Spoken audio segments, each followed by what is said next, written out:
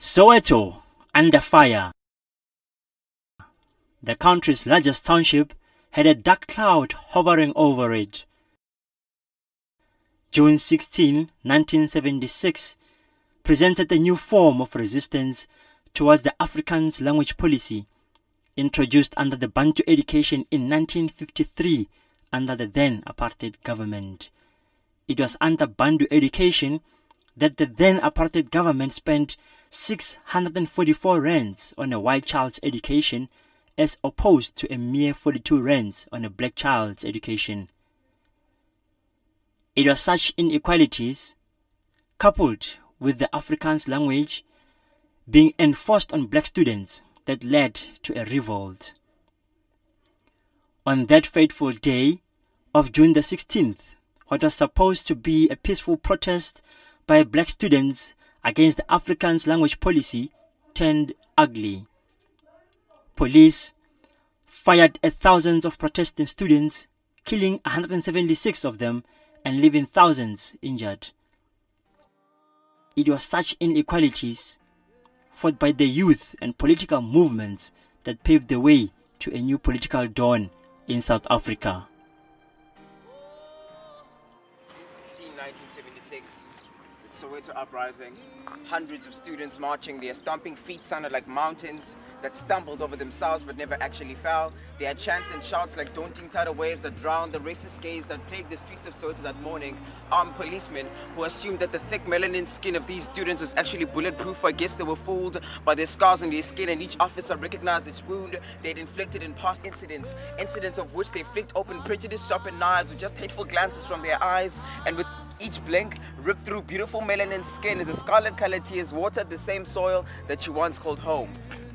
Despite all this, multitudes of students marched and turned dusty streets into battlefields, marching with no reservation, no regard or second thought of their lives, only blind determination to fulfill their cause, no desire to yield. The pounding of their hearts to their ears sounded more like battle drums, as they abandoned common sense and raised their fists to oppression, who held a gun in his hand, their anxiety heavily sedated by their instinct to fight for freedom. Marching so hard that they forced their fears to fall back, move time back, convinced the calendar that the month was actually March instead of June. An entire generation of youth marched for you and me, so that we could be free.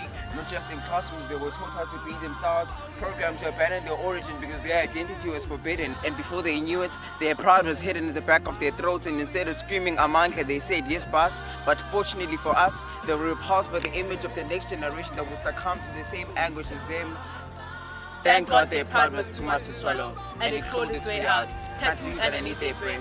The cry that echoed for more than 40 years, a cry for freedom, freedom to be black, freedom to be yourself, freedom to speak as you please, a world where freedom is a necessity, and black people aren't treated like monkeys who need amnesty to be human. Looking at the generation today, enslaved to trends and damn social media challenges, we believe that in June 16, 1976, the streets of Soweto were filled with more freedom than they are today. And I think that Hector Peterson and his peers realized that before waging war against the will for liberation and equal rights, one must first conquer the battle of the mind. In order to restore the sight of those blinded by racist oppression, they first had to rid themselves of their own shackles of blindness. They first had to think like they were free, speak like they were free, walk like they were free, act like they were free. Their march gracefully embodying the words of Harriet Tubman when she said, "I freed 1,000 slaves." I could have freed 1,000 more if only they knew they were slaves. Black on black spies, white on black crime, and when will we get the time to redefine and to ignite the unity we need to find? For all my life has constantly been a fight for freedom, recognition, and now just breathing, without being apologetic for me existing. For my blackness to mean the dominance of melanin and not for others to use as ammunition or justification for black hate and apartheid. I am tired, for in 1976 we marched and still today we lunch at the lines where we are kept confined. Stay in your lane, you told.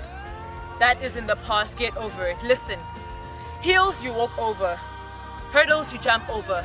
This injustice is not over, but this is our hangover. You drank and we got drunk, and still today we stumble over the obstacles you placed in our paths, in heaps and piles, when you were paving your way through life. We are not angry, we are furious, but not at you but at ourselves. For so long we were stagnant, thinking that we were bound, not knowing that freedom is a state of mind. All we had were the chains that kept us bound, the lies we told and the cries we numbed. Different faces, but the story remained the same. For he who controls the mind controls the game.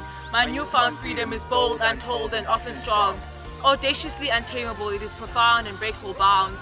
Unlike a currency, it is incalculable, does not lose or gain value, for it has always been valuable. Pity you couldn't see the value in my being.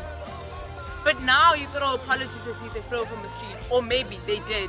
A stream of dreams there will never be, a generation of eyes that got to see.